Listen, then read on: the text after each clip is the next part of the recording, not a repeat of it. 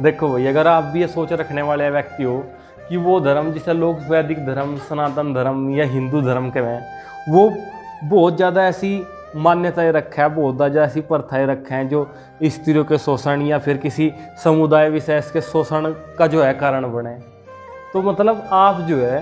वो गलत हो इस धर्म के बारे में। और ये मैं इसलिए कह रहा क्योंकि इस धर्म के जो ग्रंथ हैं, जो इस धर्म की मान्यताएं हैं, जो इस धर्म के काव्य हैं, महाकाव्य हैं, वो बहुत ही प्राचीन है।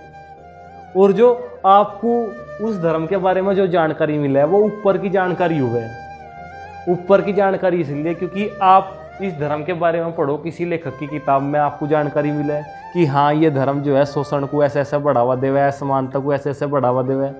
या फिर आपको किसी नेता के भाषण में वो चीज़ सुनने को मिले, या फिर कहीं पोस्ट में आप देखो फेसबुक या व्हाट्सएप सोशल मीडिया पे, उनमें आपको इस धर्म के बारे में जानकारी प्राप्त हो।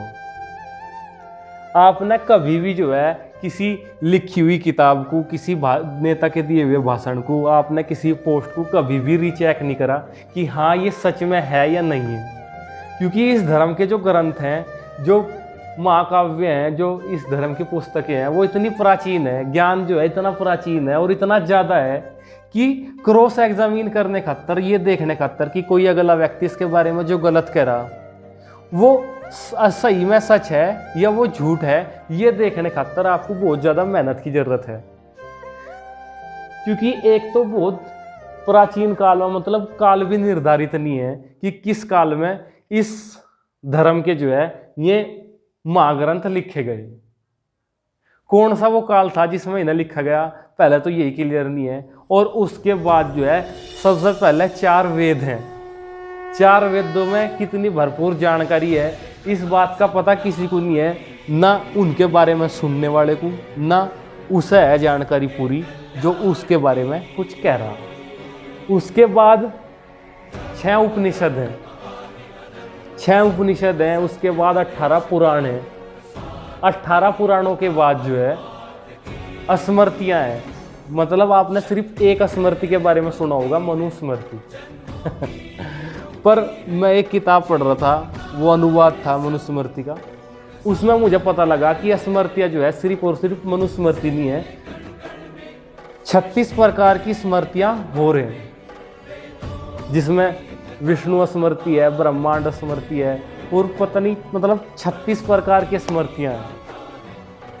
पर आपने सिर्फ अगर एक ही स्मृति के बारे में सुना और उसकी कुछ लाइनों के बारे में ही सुना,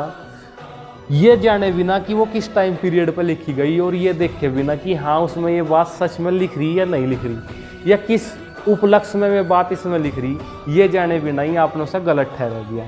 क्योंकि सोशल मीडिया पर जो है लाखों करोड़ों की संख्याओं में ऐसी पोस्ट जो है वो चलती रहे जिसमें एक आ गया कि भगवान श्री कृष्ण ने जो है भगवत गीता में ये कहा। तो लोग अपनी भावनाओं को जो है उनसे जोड़ के उस पर पोस्ट कर दें, और 90% पोस्ट जो है फेक हुए। वो किसी व्यक्ति के विचार हो जो अपने विचारों को अच्छा दिखाने खातर श्रीमद् भागवत गीता या भगवान श्री कृष्ण से उन्हें जोड़ दें, किसी अच्छे ग्रंथ से उन्हें जोड़ दें,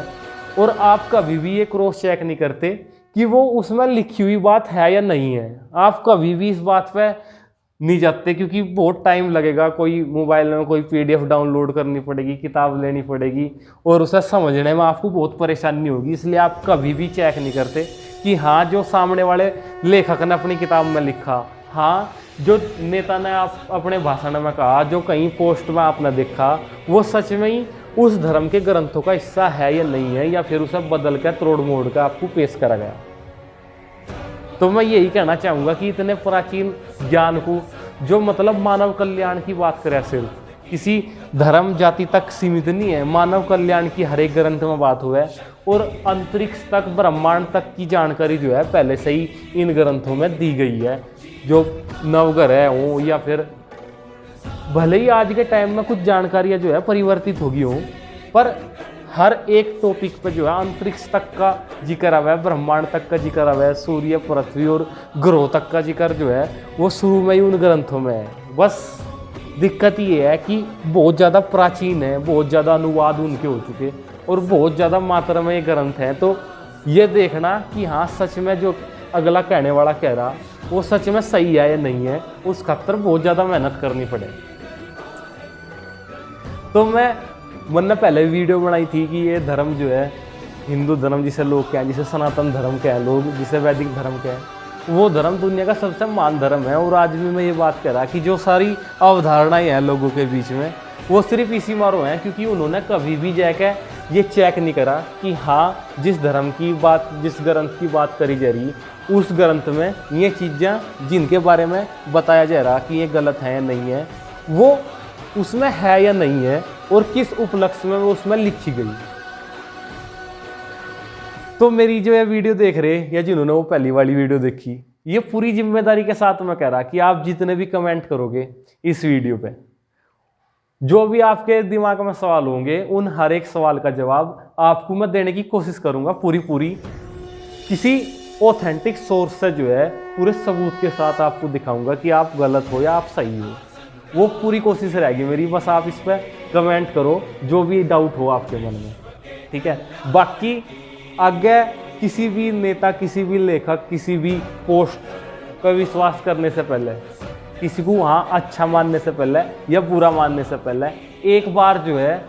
उस मूल जगह पर जाने की कोशिश करें, ये चेक करने की कोशिश करें कि हाँ ये सही है या नहीं है, सच में उसमें ये बात लिखी हुई है या नहीं, और लिखी हुई है तो किस उपलक्ष्य में उस चीज़ को लिखा गया, किस उपलक्ष्य में उस चीज़ को जोड़ा गया, ये ध्यान रखें। तो आपसे मेरी यही रिक्वेस्ट है, अगर आप ये काम कर सकें, पीछे जाकर उन्हें क्रॉस चेक कर सकें उन बातों को जो किसी लेखक ने लिखी, किसी नेता ने बोली है, किसी पोस्ट में आपको दिखी, तो बड़ी अच्छी बात है। और अगर आपके मन में अब भी कोई सवाल है तो पूरी जिम्मेदारी के साथ मैं ये बात कर रहा कि मैं पूरी कोशिश करूँगा कि अच्छे तथ्यों के साथ आपको ये बताऊँ कि आप सही करें या आप गलत करें। जय हिंद, जय भारत।